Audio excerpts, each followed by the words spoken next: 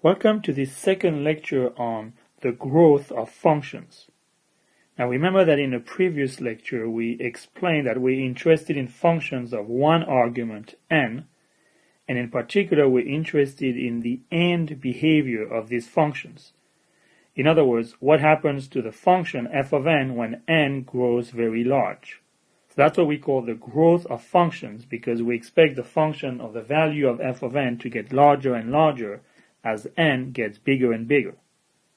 Now we also explained the concept of a big O relationship, and remember the essential idea is to compare the growth rate of f of n to the growth rate of a reference function. So in this first segment we're going to focus on the growth of reference functions.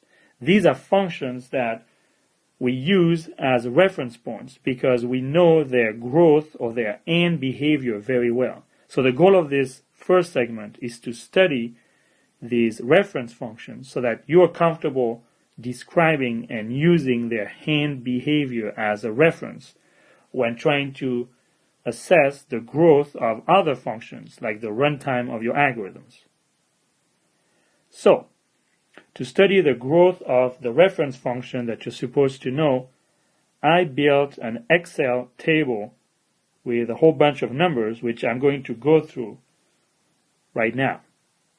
So I'm going to go ahead and explain the meaning of each column one by one, going from left to right. So the first column on the left is going to be the values, the possible values of the input or the variable n. So notice we are interested in the behavior of those reference functions when n gets larger and larger. So we're going to start at 1 and we're going to go up until n is 1 million.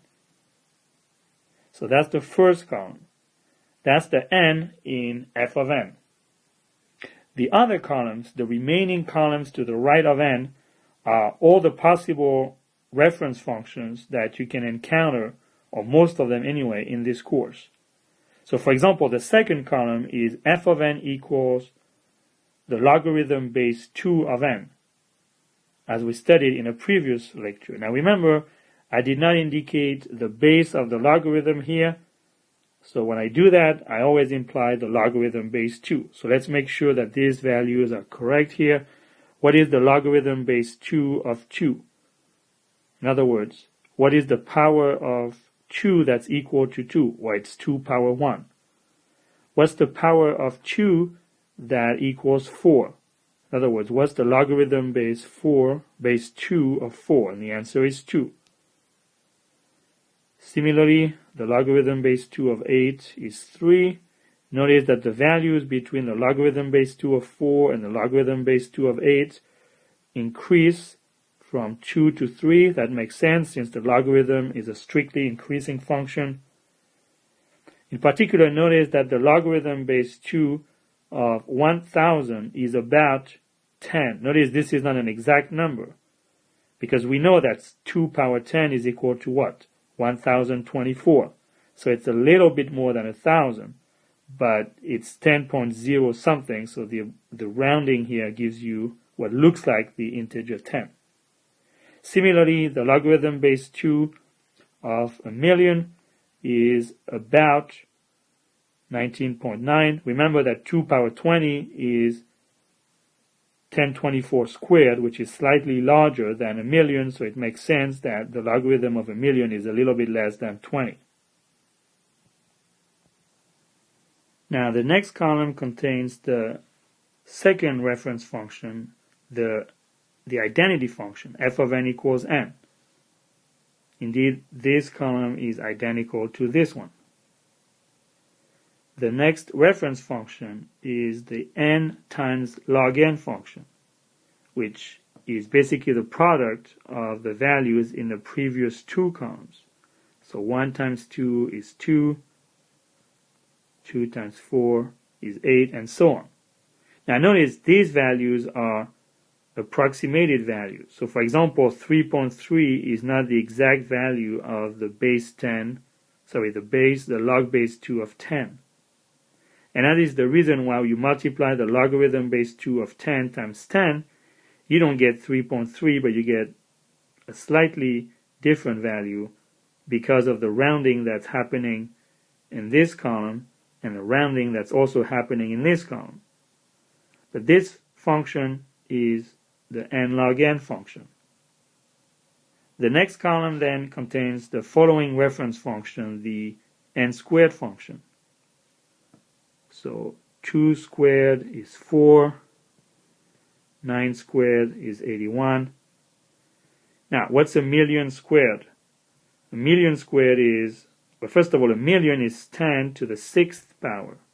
When you square that, you get 10 to the 12th power, and this is exactly what this number denotes. Please familiarize yourself again with the scientific notation, which states that this is 1 times 10 to the power 12. In other words, it's a 1 with 12 zeros after it. Now, the next function or column in the table is the cubic function. I will let you check that these values make sense. Next, we have the exponential function to the base 2. So 2 power 3 is 8. 2 power 10 is 1024, and so on and so forth. Now, let me emphasize again the difference between this exponential function and this quadratic function. This is not an exponential function. This is a polynomial function because the exponent is a constant 2. This is an exponential function because the variable is the exponent, n. So here n is the base of the function. Here n is the exponent. This is the exponential function to the base 2. Notice this is the first column where the numbers get so big that Excel is not able to represent them or handle them. So whenever you see this notation in the table, it says this is a number that's bigger than 1 with 307 zeros after it. These are indeed large numbers. Now, of course, we can change the base of the exponential. So the next column is the exponential function to the base 3. In other words, 3 to the power n. And finally, the last column in the table is the last reference function we need for now, namely the factorial function. Remember that n factorial by definition is the product of 1 times 2 times 3 times ... all the way up to n minus 1 times n. So for example, 3 factorial is equal to 1 times 2 times 3, or 6. 4 factorial is the product of 1 times 2 times 3 times 4, namely 24. Again, this function grows pretty fast, and the last numbers in that column are too large for Excel to handle. So what does this table tell us about the reference functions? Well, there are at least 2 patterns that you need to realize, and therefore 2 observations that we need to make about this table. The first observation is that if you go down any one of these columns, the numbers are always increasing. So what that means in terms of functions is that each and every one of those reference functions is a strictly increasing function of n. Now that's important because remember, we're going to use these functions to analyze the time complexity or the runtime of our algorithms. Since n is supposed to represent the size of the input to the algorithm, and we expect our algorithms to run slower and slower. In other words, their runtime should increase as n increases. It's not a coincidence that all of the reference functions we're interested in are all strictly increasing functions because they're going to model the time complexity of some algorithms. So that's the first observation about this table that is pertinent to us in our study of time complexity. The second pattern you should pick up on is that not only are all of these functions strictly increasing, but the rate at which they increase gets larger and larger as you move towards the right of the table. In other words, this function grows faster than this function, and the values of this function grow faster than the values of that function, and so on and so forth until you get to the function that is strictly increasing but has the slowest rate of growth.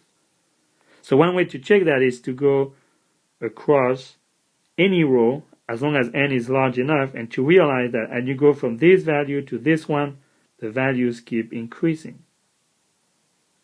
until the values get so large we can't even handle them. So maybe a better column to look at would be, say, for n is equal to 100. Notice all these values are larger than the ones to their left. Now this is not true when n is smaller, but that doesn't matter because we're only interested in the end behavior of these functions when n is large enough. So one sub-observation here is to realize that the logarithmic function is the slowest growing one, and that's very important. So for example, if you start with a value of n equals to 4 and you multiply this input size by 2, you go from 4 to 8. Notice how the logarithm only increases by 1, from 2 to 3. Now that makes sense because if you remember, the logarithm base 2 of a number is the number of times you need to divide that number by 2 until you reach 1. So if you multiply the input size by 2, it takes one more division by 2 to get from the largest one to the next smaller one. And in particular, notice when n is really large, like 1,000,000, the logarithm is still very small, close to 20. So if you had an algorithm whose runtime or time complexity is upper bounded by a logarithmic function, that means even with very large inputs, its runtime is really small, meaning this algorithm is very efficient. So when you analyze the time complexity of your algorithms, you want to find the reference function that is as much to the left as possible, the smallest possible reference function that will be an upper bound for the runtime of your algorithm. So if we go through the columns here from left to right, I already argued why it makes sense that the logarithm of n is less than n itself. Therefore, it makes sense that when you multiply n by a number that's small but still larger than 1, so n times log n should be larger than n. Similarly, since log n grows slower than n, when you multiply n by log n, you get something that grows slower than n times n, or n squared. So this reference function grows faster than n log n. When n is positive, of course, n cubed grows faster than n squared. Now, what I want to discuss is the relationship between or among these last three columns or reference functions. And for that, I'm just going to use the definition of this function. So 2 to the power n is just the product of 2 times 2 times 2 n times. Now, it should make sense that n to the power n goes faster than 2 to the power n, because by definition 3 to the power n is 3 times 3 times 3 dot dot dot n times.